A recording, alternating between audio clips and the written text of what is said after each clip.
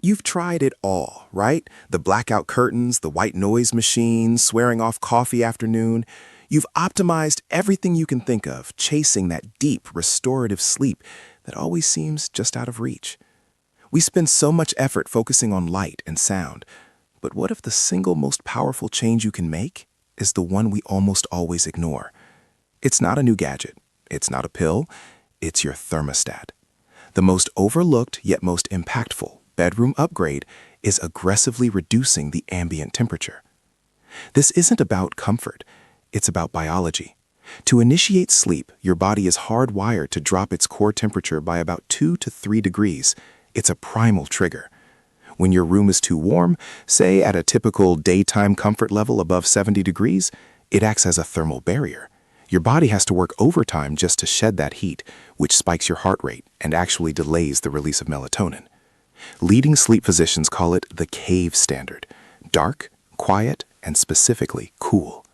Large-scale studies involving billions of sleep measurements have found the sweet spot is between 60 and 67 degrees Fahrenheit, or about 15 to 19 Celsius. Once your bedroom temperature climbs above that, sleep quality begins to decline almost immediately. And temperature isn't the only invisible force at play. Ever wake up feeling groggy in a room that just feels heavy? That's not your imagination. That's carbon dioxide.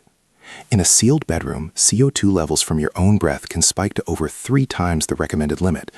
This directly impacts next-day focus. The fix is laughably simple. Just crack a window or leave your bedroom door open. This simple act of ventilation prevents that CO2 buildup, improving what researchers call perceived air freshness and cutting down that morning grogginess. Of course, the biggest roadblock for many is a partner. One of you is a human furnace, the other is an ice block. This thermal incompatibility is a real issue, fueling a trend some call the sleep divorce. But before you consider separate rooms, try the Scandinavian sleep method. It's a game changer. Instead of one large shared comforter, you each get your own twin-size duvet. The cold sleeper can bundle up in heavy wool, while the hot sleeper uses a lightweight, breathable linen or bamboo cover. You've instantly created 2 perfect personalized microclimates in the same bed. No more nightly tug-of-war. Pair this with sheets that breathe. A crisp percale weave will always sleep cooler than a dense sateen, and you've solved the problem. So here's the experiment for tonight. Don't buy anything.